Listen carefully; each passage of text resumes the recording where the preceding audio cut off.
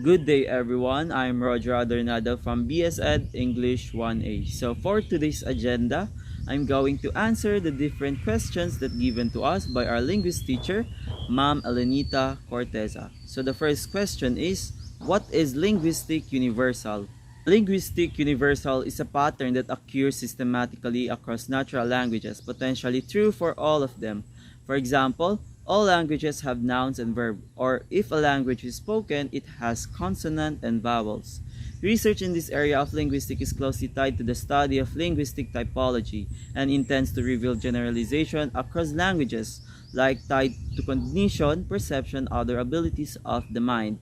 The field originates from discussion influenced by Noam Chomsky's proposal of universal grammar, but was largely pioneered by linguist Joseph Greenberg, who derived a set of 45 basic universal, mostly dealing with syntax, from a study of some 30 languages.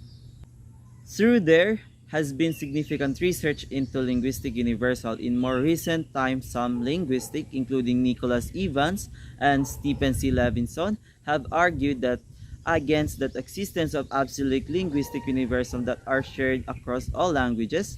These linguistics cite problems such as ethnocentrism among cognitive scientists and thus linguistics, as well as the insufficient research into all world languages. In discussion, linguistics related to universal, instead promoting these similarities as well as the differences. Number two is, what is universal grammar? Universal grammar is a theory of linguistics usually credited to Noam Chomsky that suggested that the ability to learn grammar is built into a human brain from birth regardless of language. In 1960s, linguistics became interested in new theory about grammar or the laws of language. The theory was popularized by an American linguist named Noam Chomsky, who often focused on the effortless language learning of young children. So Chomsky didn't believe that exposure to a language was enough of a young child to become efficient at understanding and producing a language. He believed that humans are born with innate ability to learn languages.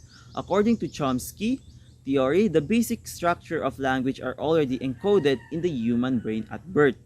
This universal grammar theory suggested that every language has some of the time laws. For example, every language has a way to ask questions or make something negative. In addition, every language has the way to identify gender or show that something happened in the past or present. So, if the basic grammar laws are the same for all languages, a child needs only to follow the particular set of rules that his peers follow in order to understand and produce their native language. In other words, his environment determines which language he will use, but he is born with the tools to learn any languages effectively. So the third question is, what is Standard English? So according to Peter Troggill, Standard English is a social dialect preeminently used in writing that is distinguishable from other English dialects, largely by a small group of grammatical idiosyncrasies, such as irregular reflexive pronouns and unusual present tense verb morphology. Standard English is variety of English that has undergone substantial regularization and associated with formal schooling, language assessment, and official print publications such as public services, announcement, and newspaper of record, and etc. All linguistic features are subject to the effect of standardization, including morphology, syntax, lexicon, register, discourse maker, pragmatics, as well as written features such as spelling, convention, punctuation, capitalization, and abbreviation practices. SE is local to nowhere rather. The grammatical and lexical components are no longer regionally marked, although many of them originated in different non-adjacent dialect, and it has very little of the variation found in the spoken or early written varieties of English. So the number 4 is, explain the Karachu concentric circle. So Burj Karachu is an Indian linguist, and the most important contribution in social linguistics is the concentric circle of English language. So in concentric circle, it has three circles: the inner circle, the outer circle, and the expanding circle. So, the inner circle refers to the English as it originally took shape and was spread across the world in the first diaspora. In this transplantation of English, speakers from England carried language to Australia, New Zealand, and North America. The inner circle thus represent the traditional, historical, social, linguistic basis of English in regions where is it now used a primary language. The United Kingdom, the United States, the Australia, New Zealand, Ireland, and the Canada. English is the native language or the mother tongue most people in this country. The total number of English speakers of in this circle is as 380 million, of whom some of them is 120 million are outside the United States. So the outer circle of the outer circle of English was produced by a second diaspora of English, which is spread of language through imperial expansion by a Great Britain in Asia and Africa. In this region, English is not native language but serve as the useful lingua franca between ethnic and language groups. This circle includes India, Nigeria, Bangladesh, Pakistan, Malaysia, Tanzania, Kenya, South Africa, the Philippines, by colonized by US, and others.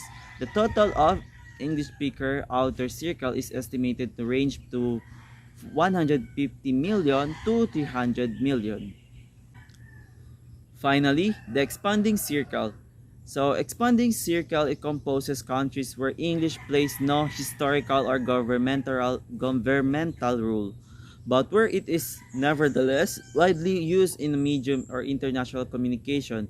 This includes of the most rest of the world population not characterized about including territories as China, Nepal, Russia, Japan, Anglo-Bin Europe, especially Netherlands and Nordic countries, South Korea, and Egypt.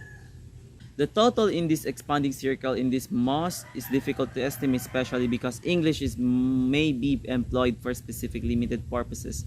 Usually in business context, the estimated of this user range from 100 million to 1 billion. So number 5, defined accent and received pronunciation rather. In social linguistics, an accent is the way or pronounced in a language that is distinctive to a country or area, social class, or individual. Accent typically differ in quality of voice, pronunciation, distinction of vowels and consonant stress and prosody.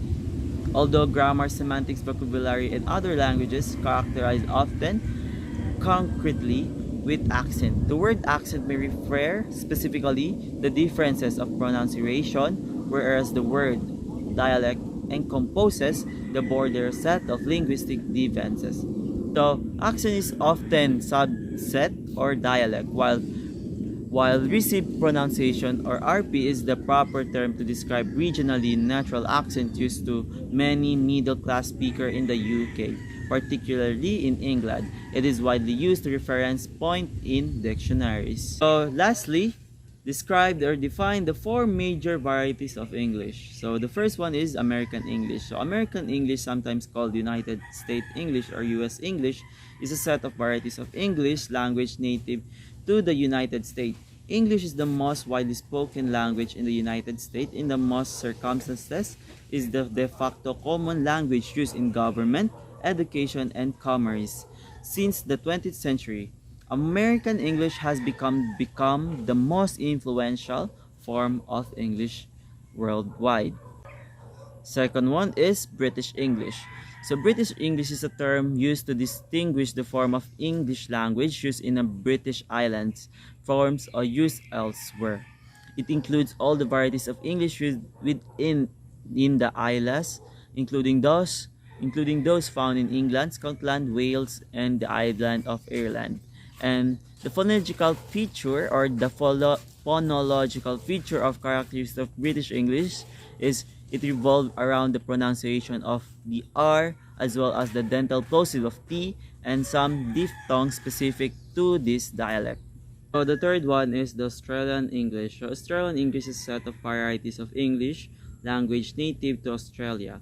Australian English is non-rhotic dialect. The Australian accent is the most similar to the New Zealand and also similar accent to the southeast of Britain, particularly those of Cockney and receive punctuate pronunciations.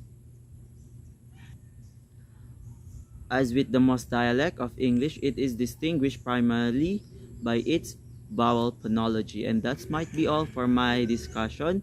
And I hope you guys learned something from me. That's all. Bye.